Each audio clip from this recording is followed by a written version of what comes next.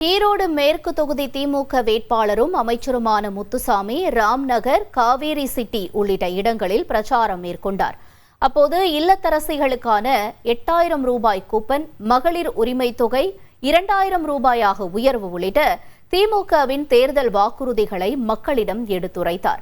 பின்னர் பேட்டியளித்த அவர், ஈரோடு மாவட்டத்தின் 70 ஆண்டுகால பிரச்சனையான நிபந்தனை பட்டாக்களை அயன் பட்டாவாக மாற்றியது மற்றும் சிக்கைய நாயக்கர் கல்லூரியை அரசு கல்லூரியாக மாற்றியது போன்றவற்றை பட்டியலிட்டார்.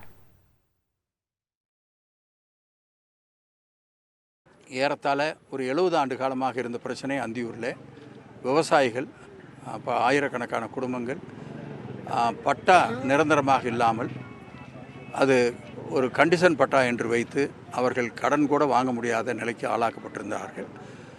70 ஆண்டு காலமான போராட்டம் அது. முதலமைச்சர் அவருடைய கவனத்திற்கு வந்த உடனேயே உடனடியாக ஏற்பாடு செய்து அதற்கு அயன் பட்டாவாக கொடுத்து அத்தனை பிரச்சனைகளுக்கும் ஒரே நாளிலே முற்றுப்புள்ளி வைத்து கொடுத்தார் என்பதை நான் இந்த நேரத்தில் தெரிவித்துக் கொள்கிறேன்.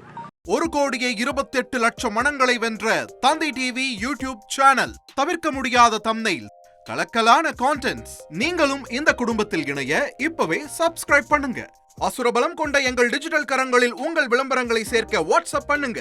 8939888378. Email advtthanditv@dttv.in.